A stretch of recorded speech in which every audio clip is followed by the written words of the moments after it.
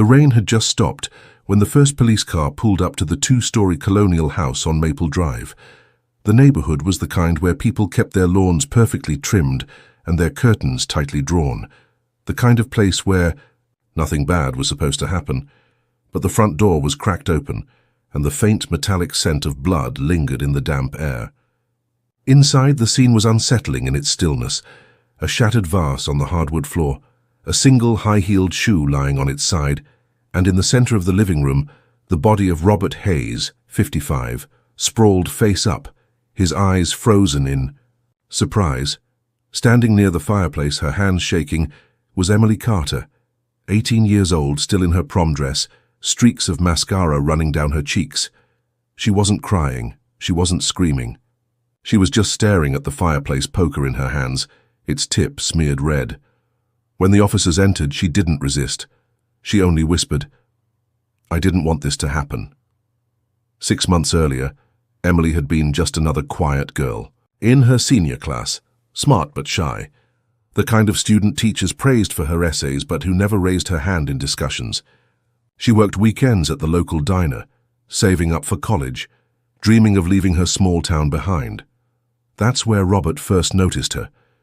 He was a regular, always sitting at the same booth, always ordering black coffee and leaving a generous tip.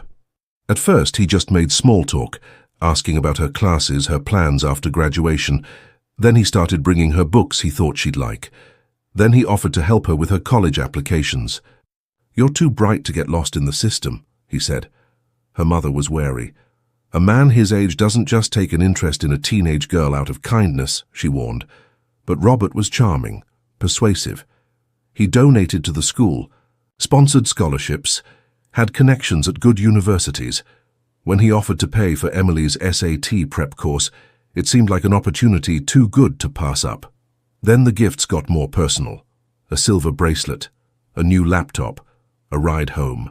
When her shift ended late, he'd park just far enough from her house that no one would see, but close enough that his hand could linger on her knee a second too long.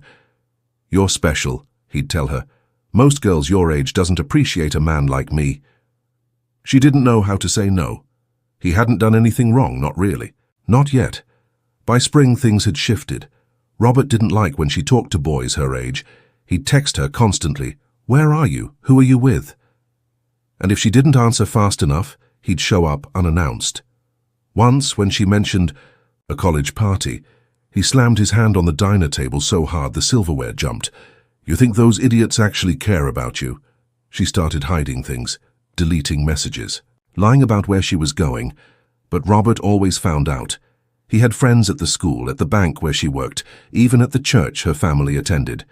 When she tried to pull away, he'd remind her of everything he'd done for her, the money, the opportunities, the love no one else had given her. "You owe me," he said once, his fingers gripping her wrist just a little too tight. The night of prom, everything snapped. Emily hadn't planned on going, but her friends begged her, and for once, she wanted to feel normal. She wore a blue dress, let her best friend curl. Her hair laughed as her date nervously pinned on her corsage. Then her phone buzzed. "Robert, you look beautiful tonight." Her stomach dropped. She hadn't told him about prom. She hadn't even posted pictures. "Who took you?" Another text. Then another. Then a call she didn't answer. By midnight, her phone was flooded.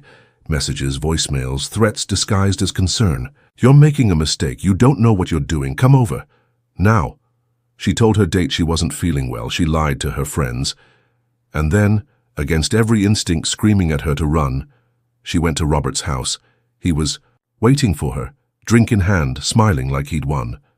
"I knew you'd come." She tried to explain. She just wanted space. She needed to focus on school. This wasn't working.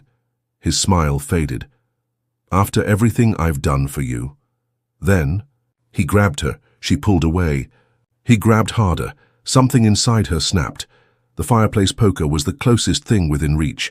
One swing, a sickening crack. And then, silence. The trial was a spectacle. Some painted Emily as a cold-blooded killer who'd seduced an older man for his money. Others called her a victim who'd fought back against a predator. The jury believed her, self-defense, they ruled. No prison. But freedom didn't mean peace. Robert's family sued her. His friends called her a murderer. Strangers online dissected every detail, debating whether she'd asked for it, whether she'd led him on, whether she was lying. She moved. Away, changed her name, tried to forget. But some things don't fade. This wasn't a love story. It was a story about power, about a girl who never stood a chance, and about the man who never thought she'd fight back.